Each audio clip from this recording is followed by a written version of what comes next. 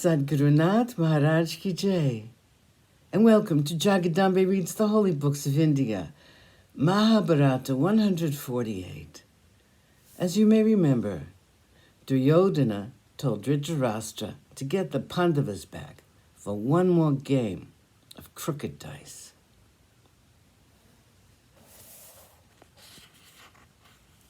No one in the court approved of this dastardly plot. The king, as usual, was just a toy in the hands of his son. His mind was once again obsessed by the Pandavas' wealth, and that it would become his. Gandhari heard this and said, "My son, I wish we had taken the advice of Vidura and destroyed you the moment you were born. You are the root cause of this terrible injustice. Even now it is not too late. Listen to me. If you repent and desist from further sin, the Pandavas may even forget their oaths and spare you your life. Do not coax your father. He's so easily led." Dhritarashtra said, "I cannot refuse my son anything." He sent a messenger to the Pandavas asking them to return to Hastinapura. The messenger reached them. He told Yudhishthira, "The king, your uncle, wants you to come back to Hastinapura. He wants you to play just another game of dice to decide everything." Yudhishthira was a fatalist. He said, "The Creator has ordained the actions of everyone. Whether the person meets with good fortune or bad fortune, all is in the hands of fate. We are helpless.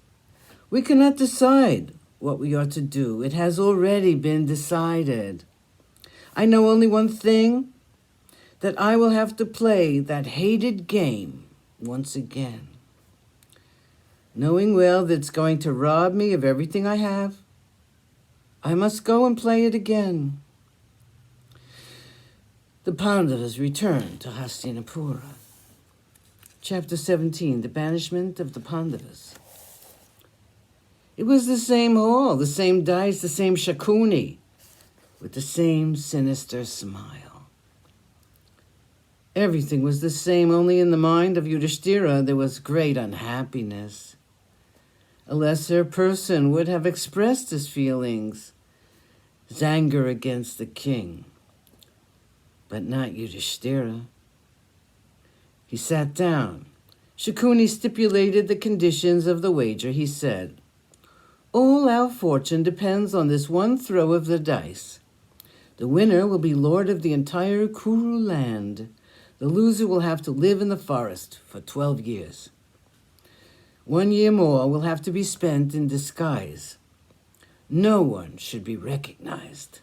If, however, the identity is revealed, 12 years more will have to be spent in the forest." Yudhishthira bent his head down in silent agreement.